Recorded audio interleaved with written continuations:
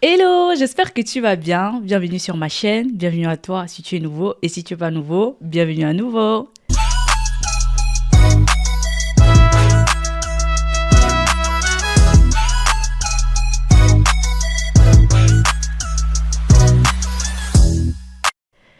Si tu es dans le monde estudiantin, tu as sûrement entendu parler d'un décret ou de la réforme de ce décret qui a laissé place à de nombreuses critiques, positives comme négatives. Alors ce décret, c'est le décret paysage qui organise notamment l'enseignement dans la communauté française. Dans la communauté française, l'enseignement est organisé par le décret du 7 novembre 2013 qui organise le paysage des études supérieures et l'organisation de ces études. On remarquera que l'enseignement est une compétence qui est exercée par les communautés conformément à l'article 127 paragraphe 1er, deuxièmement de la Constitution belge.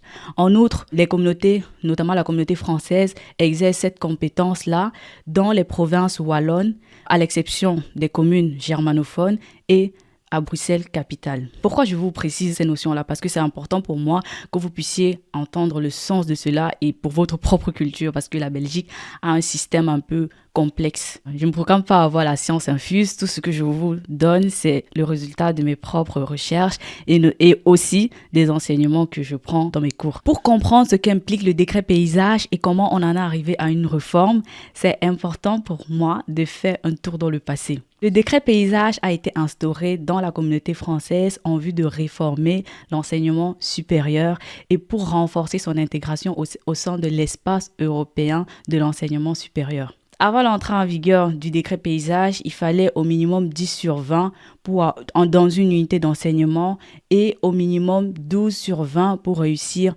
son année scolaire. Après l'entrée en vigueur du décret paysage, on ne parle plus de notes, mais de crédits. Il fallait 45 crédits sur 60 pour réussir son année.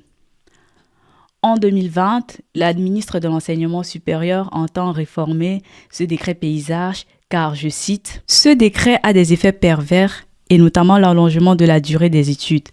Sur les étudiants qui ont réussi avec au moins 45 crédits sur 60, seulement 1 sur 5 va terminer dans les temps, ce qui a un impact négatif, en particulier pour les étudiants précarisés ou boursiers. Avant le décret paysage, 18% terminaient leur bachelier dans les temps. C'est seulement 11% depuis le décret paysage. Il faut donc clarifier la notion de réussite et c'est particulièrement important lors des premières années. L'intention, c'est de proposer que la première année ne puisse pas être réussie en plus de 2 ans. Cela ne veut pas dire qu'un étudiant qui a réussi avec 55 crédits ne pourra pas passer, parce qu'il y aura un rôle important qui est attribué au jury, puisqu'on peut avoir des circonstances particulières. Cela ne veut pas dire non plus qu'on ne peut pas anticiper des cours de l'année suivante.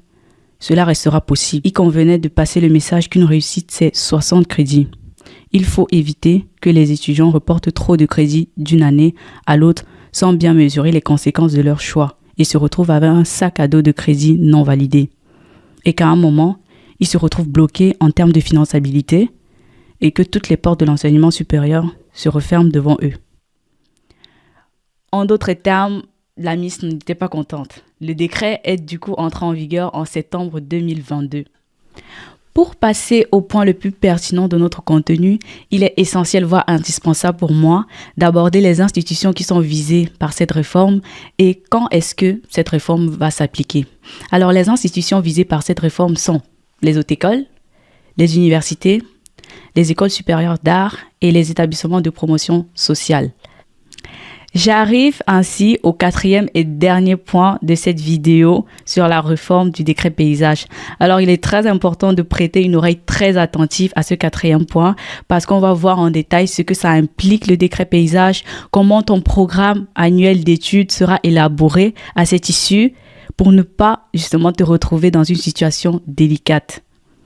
Le décret paysage ne concerne que les étudiants qui engagent pour la première fois un cycle. J'entends par cycle.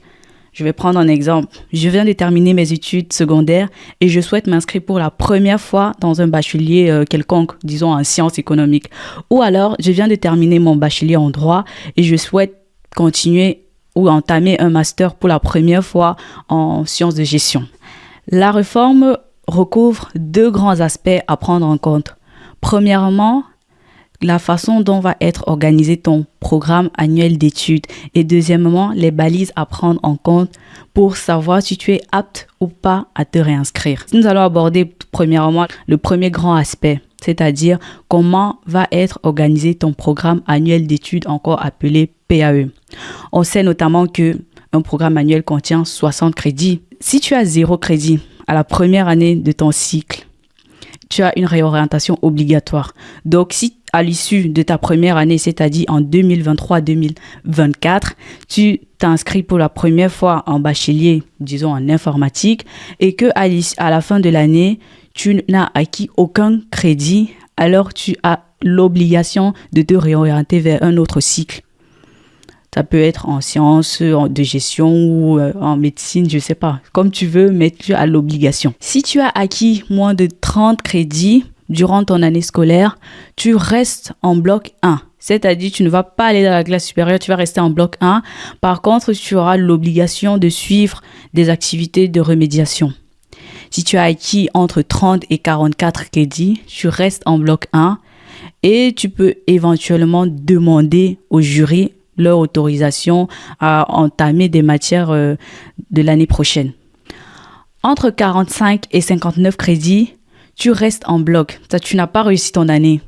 Mais par contre, tu as l'obligation d'anticiper sur les matières de l'année prochaine seulement sur les cours prérequis. Et si tu as acquis 55 crédits à la fin de ton année scolaire, tu as l'obligation d'anticiper sur les cours de l'année prochaine et tu as la possibilité d'avoir un PAE à 65 crédits. En conclusion de ce premier grand aspect, pour réussir son année scolaire, et passer à la classe supérieure notamment, il faut avoir 60 crédits sur 60. Comme je l'ai mentionné précédemment, ne sont pas concernés par la réforme les étudiants qui étaient inscrits déjà en cycle avant l'année 2022-2023.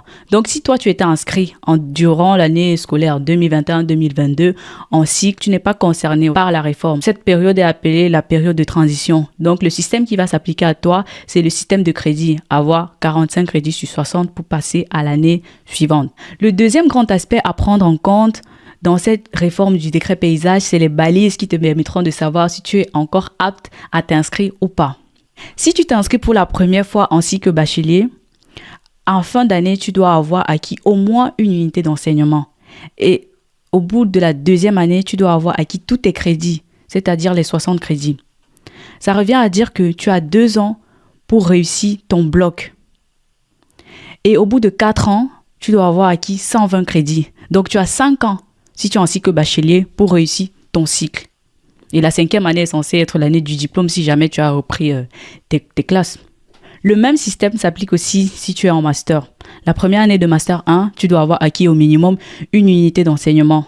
Et la deuxième année, tu dois avoir acquis tous tes crédits, c'est-à-dire les 60. Donc, tu as 4 ans pour avoir acquis tous tes crédits de master, c'est-à-dire les 120 crédits.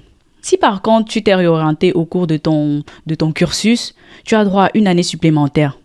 Par contre, la réforme va s'appliquer indistinctement à tous les étudiants durant l'année académique 2024-2025. C'est très important que tu puisses bien comprendre comment fonctionne le décret paysage parce que ce décret paysage va déterminer si tu auras encore ton statut de finançabilité ou pas. Un point tout aussi important que j'aimerais partager avec vous, c'est que la date limite des inscriptions n'est plus prévu pour le 31 octobre comme les années précédentes, mais bien pour le 30 septembre. Juste pour info. Cette réforme a cependant soulevé beaucoup d'indignation de la part de certains étudiants que je peux comprendre.